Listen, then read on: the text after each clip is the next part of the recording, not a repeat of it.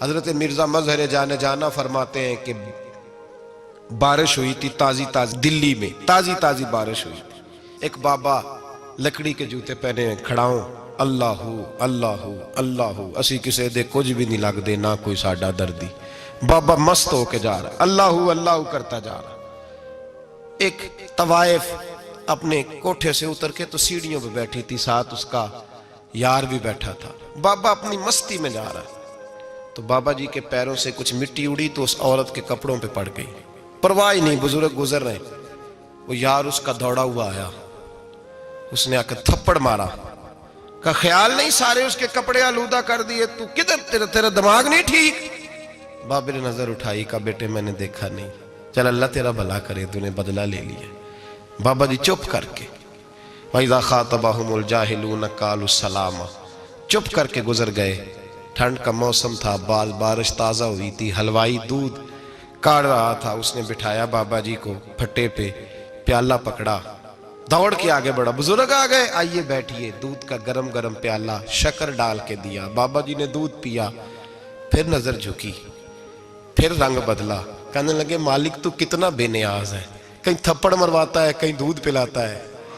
تیری بے نیازی ہے نا، ادھر تھپڑ مروایا، یہاں دودھ پلایا، تو ہی جانتا ہے تیرے رنگ کیا ہے. ابھی بابا وہیں بیٹھا تھا، دوڑے آئے پیچھے سے لوگ، شور ہوا.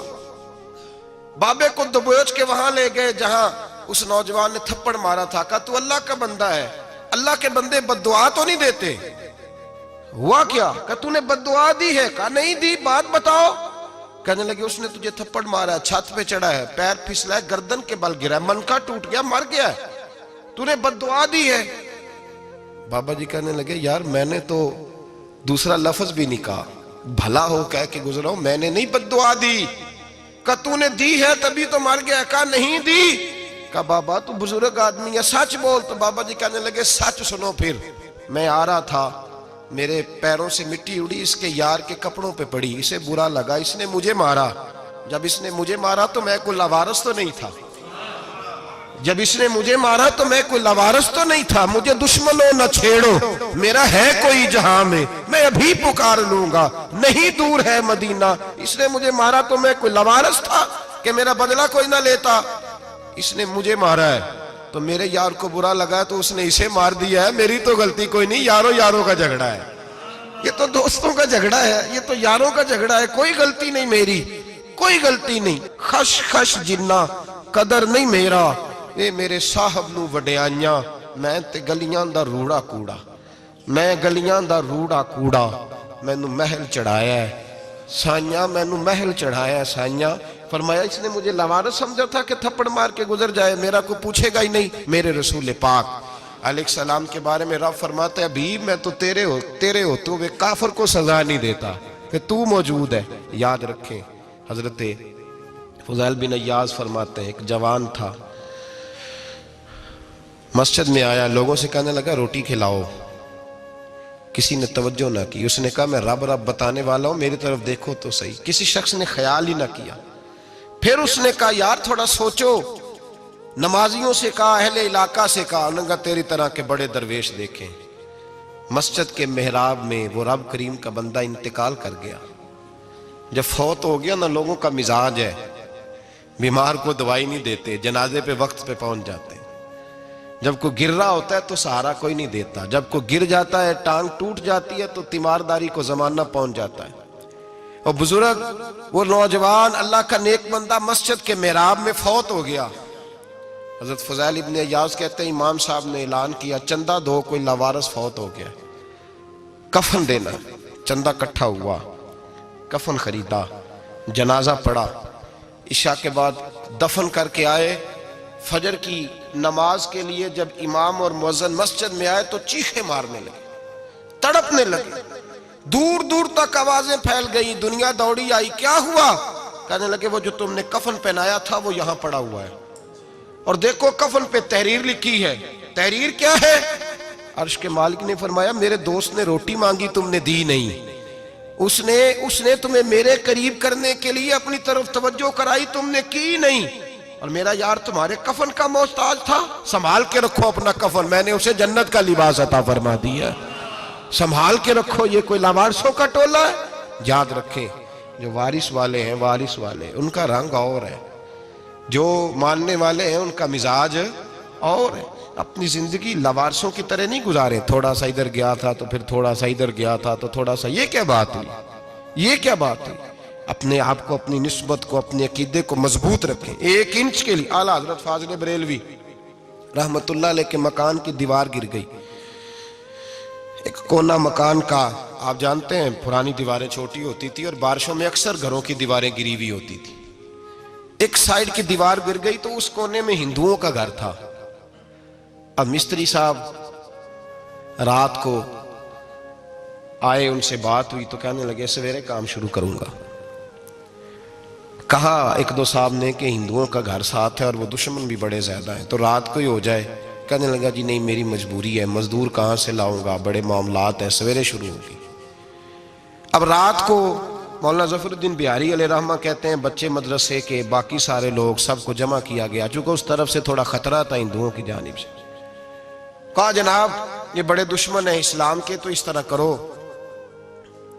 طرح کرو کہ 2-3 بچوں کی ڈیوٹی لگائیں یا کچھ لوگوں کی یہاں رات کو پہرا دیا جائے۔ ٹھنڈ بھی بڑی زیادہ تھی، کھڑا ہونا بھی مشکل تھا۔ اعلیٰ حضرت رحمت اللہ علیہ عشاء کی نماز کے بعد جلدی حجرہ خاص میں تشریف لے جاتے تھے۔ اس رات جب دیکھا نا باہر شور ہو رہا ہے تو اسی طرح سر پہ ایک رومال لپیٹا تو باہر آ گئے، کہنے لگے کیا شور ہے؟ کہا حضور سردی ذرا زیادہ ہے تو یہاں کسی کی ڈیوٹی لگانی ہے پہرے کی۔ 2 منٹ خاموش رہے، پھر فرمانے لگے کوئی ضرورت نہیں، جاؤ سو جاؤ سارے جا کے، کوئی ضرورت نہیں، جاؤ اپنے اپنے گھروں کو، کوئی حاجت نہیں، پہنچ جاؤ۔ کہا حضور مہربانی کرے، وہ طے ہونے لگا تھا۔ فرمایا میری وجہ سے کیوں کوئی ساری رات بیدار رہے، جاؤ تمہیں کہا نا آرام کرو۔ لوگ سو گئے۔ صبح فجر کی نماز پڑھ کے اعلیٰ حضرت رحمت اللہ تعالی علیہ جب سیڑھیاں اتر رہے تھے رضا مسجد کی، تو وہ جس ہندو کی جانب سے زیادہ خطرہ تھا وہ سیڑھیوں پہ بیٹھا تھا، مسجد کی سیڑھیوں پہ۔ سب لوگوں کی توجہ ہو گئی، کہنے لگا مولانا میں کلمہ پڑھنے آیا ہوں، مجھے کلمہ پڑھا کے مسلمان کر دو، میں کلمہ پڑھنے آیا ہوں، مسلمان کریں۔ لوگوں کی توجہ، اعلیٰ فرمانے لگے نہیں ابھی تو انتظار کر، تھوڑی دیر کے اچھی طرح سوچ لے، جذباتی فیصلہ نہ کر، یہ تو آ رہا ہے۔ یہ کہہ کے جب 2 سیڑھیاں نیچے اترے اس کے پاس سے تو اس نے پیر تھام لیے، کہنے لگا اب ایسے تو نہ کرو، رونے لگا۔ اعلیٰ حضرت رحمت اللہ نے کلمہ پڑھایا، کچھ باتوں کی نصیحت فرمائی، تشریف لے گئے۔ گھیرنے والے گھیر کے بیٹھ گئے، کہنے لگے ہمیں بھی بتا بدلہ کیسے ہے۔ کہنے لگا دیوار گر گئی، آدھی رات کے وقت، آدھی رات تک انتظار کرتا رہا، پہرے دار کوئی نہیں، تو 2 تلواریں لے کر جب میں ان کے مکان کی جانب بڑھا، میں نے کہا آج گردن کاٹوں گا اور کاٹ کر کے نکلوں گا۔ کہتا ہے جب میں قریب آیا تو 2 شیر کھڑے تھے، اوپر سے پلٹ کے آیا تو پھر کھڑے تھے، ادھر سے پلٹ کے آیا تو پھر کھڑے تھے۔ فرماتے ہیں میں 2 گھنٹے کے بعد آیا تو پھر پلٹ کے کھڑے تھے، میں پھر 1 گھنٹے کے بعد آیا، سحری کا وقت ہوگا تو پھر پلٹ کے کھڑے تھے، اب میں ڈر کے بھاگا۔ کہتے ہیں فاضل بریلوی نے اپنی کھڑکی سے منہ باہر نکالا، کہنے لگے اور کتنا تجربہ کرے گا، مجھے تو لاوارث سمجھتا ہے، لاوارث ہوں میں، اور کتنا تجربہ کرے گا، بس کر مان جا۔ میں نے کہا حضور یہ کون ہے، مجھے بتائیے تو صحیح یہ کون ہے۔ تو کہنے لگے میں نے ساری زندگی رسول اللہ کی عظمت کا دفاع کیا ہے، ساری زندگی غوث اعظم کے نعرے لگائے ہیں، ابھی تو یہ مدد صرف غوث پاک جیلانی کی بھیجی ہوئی ہے، ابھی تو غوث اعظم کی بھیجی ہوئی مدد ہے، مولا علی ابھی پیچھے ہیں، 2 جہاں کے محبوب ابھی اس سے پیچھے ہیں، وہ تو ابھی پیچھے ہیں، پیچھے کھڑے ہیں کہ ضرورت پڑی تو ہم بھی تیار بیٹھے ہیں۔ او بھائی آج رواج ہو گیا، رواج، میں نے 2-4 دن پہلے بھی کہا تھا، لوگ کہتے ہیں نہیں کوئی نہیں ضرورت، سامنے سارا کچھ نظر آ رہا ہے۔ او خدا کے بندو یاد رکھو، نسبت ہے بڑی چیز، جانے تو دو میں اگر کسی کو نسبت میسر آ گئی نا، نسبت، خالی دامن ہی مل گیا، تیرے ہاتھ میں کچھ ہے تو ہونی چاہیے نا، خالی دامن ہی تجھے کسی کا میسر آ گیا تو بچ گیا۔ اپنی نسبتوں کی حفاظت کریں، ان کو مضبوط کریں، ان پر محنت کریں، ان پر توجہ رکھیں۔ یہ نسبت جو ہوتی ہے نا، نسبت، یہ دیکھیں نا ایک گتہ ہے، عام کتاب کو لگا ہوا ہے تو جہاں مرضی رکھ دو، اس کی کوئی قدر نہیں، لیکن جو گتہ قرآن مجید کو لگ گیا ہے اس کو بغیر وضو چھونا جائز ہے۔ ایک پٹھے پہ اینٹ بنی ہے، جو باتھ روم میں لگ گئی وہاں بغیر جوتے کے جایا نہیں جا سکتا، اور جو مسجد میں لگ گئی وہاں جوتے پہن کے جایا نہیں جا سکتا. یہ نسبت ہے بڑی چیز. اگر میسر آئے نصیب ہو اپنی نسبت کو مضبوط کر کے رکھا کریں, اس کی جولانی کا مظاہرہ کیا کریں. اس نسبت میں روز توانائی آنی چاہیے. میں آپ کو بڑی ذمہ داری کے ساتھ ایک بات بتاتا ہوں تجربے کی. ہمیں جتنا کسی نے آ کے کہا ہے نا نسبت کے خلاف, ہماری نسبت اس سے زیادہ مضبوط ہوئی. ہمیں جتنا کسی نے آ کے کہا ہے نا جی آپ کو کیا ملا, آپ کو کیا ملا, تو ہم نے اتنا کہا یار جیسے جیسے تو کہتا جاتا ہے ہماری تو نسبت میں اضافہ ہوتا جاتا ہے, ہمارا تو مزاج بدلتا جاتا ہے. روز ایک نیا پردہ کھلتا ہے, روز ایک نیا رنگ واضح ہوتا ہے, روز ایک نئی توانائی. ابھی تھوڑے دن کی بات ہے, ایک مولانا شرف الدین صاحب ہے, مفتی صاحب, میرے حضرت صاحب کے مرید ہوئے. مفتی تھے, عالم آدمی تھے, سرکار تاج الشریعہ, ہمارے شیخ سے بیعت کی. اب ہمارے حضرت صاحب کا اس وقت حال وہی ہے وَرَأَيْتَ النَّاسَ يَدْخُلُونَ فِي دِينِ اللَّهِ أَفْوَاجًا. اب فوجوں کی فوجیں لوگ آتے ہیں. ہم نے دیکھا ہے صرف خالی مرید ہونے والے باہر سینکڑوں کی تعداد میں ہزاروں لوگ بیٹھے ہیں کہ صرف بیعت اتنا کہہ دیں ہم نے قبول کیا. اس عالم میں اور جہاں حضرت صاحب کا اعلان ہو جائے کہ تشریف لا رہے ہیں وہاں لاکھوں کا مجمع جمع ہو جاتا ہے اور ایک جھلک دیکھنے کو لوگ ترستے رہتے ہیں. یہ کیفیت ہم نے دیکھی. وہ دور گزر گیا, کبھی ایسا بھی ہوتا تھا ایک میں ہوتا تھا, ایک تو ہوتا تھا, اور تیسری تنہائی ہوتی تھی. وہ دور بیت جاتا ہے, وہ لمحے کسی کسی کو نصیب آتے ہیں. حضرت کا وہ مولانا شرف الدین صاحب کہتے ہیں مرید ہوا, تو مرید ہوا مجمع میں, رسی حضرت پھینکتے ہیں یا چادر پھینکتے ہیں تو پکڑ کے مرید ہوا, تو ساتھ ساتھ اور چادریں باندھی تھی, لوگوں نے پکڑی ہوئی تھی. ایک مولانا, میں جب بیعت ہو کے آیا ان کو بتایا تو مجھے کہنے لگے یار تو ایسی جگہ مرید ہو گیا جو تیری بات بھی نہ سن سکیں, جن کو تو دکھڑا بھی نہ سنا سکے, جو مصروف ہی بڑے رہتے ہیں, کہاں مرید ہو گیا تو. ایسے پیر کا بیعت ہوتا جہاں تو جاتا وہ تیرے پاس آتے, گفتگو ہوتی, بات چیت ہوتی. کہتے جب انہوں نے مجھے بہت زیادہ قائل کیا نا, بہت زیادہ, تو میں نے ارادہ کر لیا, میں نے کہا بات ٹھیک ہے, بیعت کہیں اور ہونا چاہیے تھا. کہتے میں عشاء کے بعد سویا تو حضرت صاحب مجھے خواب میں ملے, خواب میں, اور فرمانے لگے مولانا جب آپ مرید ہوئے تھے تو آپ اس جانب بیٹھے تھے, اس کونے میں آپ تھے, اتنے لوگ آپ سے پہلے تھے, اس حال میں آپ مرید ہوئے تھے, اور جہاں تک بات چیت کرنے کی بات ہے تو آپ نے جو دل میں سوچا تھا وہ میں نے آ کے آپ کو بتا دیا ہے. پھر بھی بڑی ضرورت ہو تو میرے صاحبزادے کا نمبر لے لیں اور فون کر لیا کریں, بات ہو جایا کرے گی. کہتے ہیں یہ ابھی بات ہو ہی رہی تھی کہ میرے دروازے پہ دستک ہوئی تو میری آنکھ کھل گئی, میری آنکھ کھلی تو میں پریشان ہوں کہ نمبر تو ملا نہیں. ایک انجینئر صاحب میرے محلے میں رہتے تھے, فرماتے ہیں وہ شام کو میرے پاس آئے اور کہنے لگے مولانا سنا ہے آپ حضرت مفتی اختر رضا صاحب سے مرید ہو گئے. میں نے کہا ہاں, تو کہنے لگے میں ان کے مدرسے میں کام کر کے آئے ہوں, میرے پاس ان کے بیٹے کا نمبر ہے, چاہیے آپ کو؟ نمبر ہے چاہیے. کہتے ہیں نمبر مجھے وہ شام کو گھر آ کے دے گئے. اب جب میں آستانہ نور پہ بریلی شریف ملنے کے لیے حاضر ہوا تو میرے دل میں خیال آیا, جب میں اندر گیا نا تو میرے دل میں خیال آیا حضور خواب جو آئی تھی اتنی بھی جلدی کیا ہے, ذرا ٹھہر جائیے, آپ ملے جو تھے تو صاحب نمبر بھی دے ہی جاتے. میرے دل میں خیال آیا تو السلام علیکم کے بعد حضرت کہنے لگے مولانا مجھے تو جلدی کوئی نہیں تھی, آپ کے دروازے پہ دستک ہو گئی تھی, مجھے تو کوئی جلدی نہیں تھی, آپ کا دروازہ بجنے لگا تھا, مجھے تو جلدی کوئی نہیں تھی لوٹنے کی. ہر مشکل دی کنجی یارو ہاتھ مرداں دے آئی, اور مرد نظر کرے جس ویلے مشکل رہے نہ کائی. بس لوگوں یہ یاد رکھو اور اس پہ عمل کرو, اپنی نسبتوں کو مضبوط کریں. ہمارا تو جیسے دن کا اجالا چمکتا ہے نا, چمکتا ہے دل کا اجالا, جیسے نیا دن چڑھتا ہے ہمارے لیے تو ایک نئی روشنی لے کے آتا ہے. اپنے آپ کو بیدار رکھیں. سورج اگر باہر پورا نکل آئے نا تو جو آدمی آنکھیں زور سے بند کر لے اسے کوئی شے نظر نہیں آتی. پورا سورج نکلا ہوا بھی ہو, سورج اسے نظر آئے گا جس کی اپنی آنکھیں بھی کھلی ہوں گی. تو آنکھیں نہیں کھول رہے, تو آنکھیں نہیں کھول رہے, آنکھیں, یہ شکوہ آنکھیں نہ کھولنے کا ہے, آنکھیں نہیں کھول رہے تو سورج کیسے نظر آئے گا. بات ذرا سخت ہے پر چلو آپ میرے عزیز ہیں, کر جاتا ہوں. ملا رومی رحمت اللہ تعالیٰ علیہ فرماتے مجھ سے ایک شخص نے کہا کہ نبی پاک صلی اللہ تعالیٰ علیہ وسلم اگر سراجم منیرہ ہے تو نظر کیوں نہیں آتے؟ تو میں نے کہا الو اگر آنکھیں بند کر لے تو اسے کوئی شے نظر نہیں آتی, آنکھیں بند کر لے تو اسے کوئی شے نظر, تو آنکھیں تو کھولنا, آنکھیں کھول. یہاں میں اپنے کمرے میں یوں پردہ آگے کر کے لائٹ بند کر کے باہر شور مچاؤں, سورج کوئی نہیں, سورج کوئی نہیں, تو مجھے کوئی بندہ کہے گا پاگل, اس طرح کر, باہر نکل, ادھر آ تجھے دکھاؤں سورج ہے کہ نہیں، تیری تو اپنی آنکھیں بند ہے۔ اقبال کہتے ہیں دل بینا بھی کر خدا سے طلب، آنکھ کا نور دل کا نور نہیں، اندر کی آنکھیں کھول، اندر اتنا اندھیرا ہے تو باہر کیسے نظر آئے گا؟ تو لوگ آنکھ ہی نہیں کھولتے، دائیں بائیں دیکھتے رہتے ہیں۔ نسبت کو مضبوط کریں۔ رب تو فرماتا ہے حبیب تو موجود ہے تو میں کافر کو بھی عذاب نہیں دیتا۔ اب یہاں خالص نسبت کا بیان ہے، خالص، یہ نہیں فرمایا کہ حبیب ان کے عمل اچھے ہیں تو میں عذاب نہیں دیتا، یہ نہیں فرمایا کہ حبیب یہاں خانہ کعبہ ہے تو میں عذاب نہیں دیتا، نسبت کی بات فرمائی، نسبت کی۔ یہ نہیں فرمایا کہ حبیب یہاں روز طواف ہوتا ہے تو عذاب نہیں دیتا، یہاں تلاوت ہوتی ہے تو فرمایا حبیب تو ہے اس لیے میں انہیں عذاب۔